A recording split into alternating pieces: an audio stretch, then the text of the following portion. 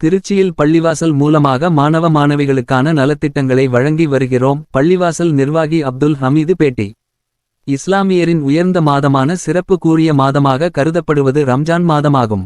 இந்த பண்டிகை முன்னிட்டு உணவு உண்ணாமலும் தண்ணீர் அருந்தாமலும் 30 நாள் நோன்பு இருந்து சமூக நல்லிணத்தை போற்றும் வகையில் சாதி மத பேதமின்றி அன்பை வெளிப்படுத்தும் விதமாக நோன்பு திறக்கும் நிகழ்வு நடத்தி தங்களது அன்பை பகிர்ந்து கொண்டு வந்தனர். இதனைத் தொடர்ந்து தமிழகத்தில் நேற்று பிறை தென்பட்டத்தை அடுத்து இன்று ரமலான் கொண்டாடப்படும் என தலைமை ஹாஜி அறிவித்தார். இதனைத் தொடர்ந்து இன்று திருச்சி கோட்டை ரயில்வே சாலையில் உள்ள கபூர் பள்ளிவாசல் ஈத்கா மைதானத்தில் ரமலான் பெருநாள் தொழுகை நிர்வாகி பிரைட் அப்துல் ஹமீது தலைமையில் நடைபெற்றது. இதில் மௌலானா மௌலவி முகமது மைதீன் அன்வாரி சொற்பொழிவாற்றினார். இதனைத் தொடர்ந்து தொழுகை நடைபெற்று ஒருவர் கட்டி தழுவி தங்களது அன்பை பரிமாறிக்கொண்டு வாழ்த்துக்களை தெரிவித்தனர்.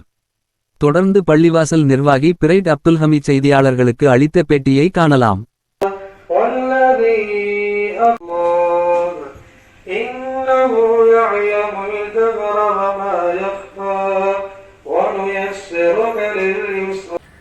என் தந்தையாருக்கு பின்பு நான் பொறுப்பேற்று 18 வருட காலங்களாக ஈது பெருநாளையும் இந்த பள்ளியில் மாஷா அல்லாஹ் 5 வேளை தொழுகை சிறப்பான முறையில் நடந்து கொண்டு வருகிறது.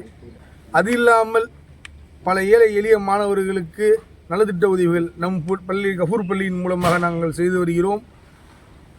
இன்னும் இந்த பள்ளியில் ஏழை எளிய மாணவிகளுக்கு நலத்திட்ட உதவிகள் செய்கிறோம்.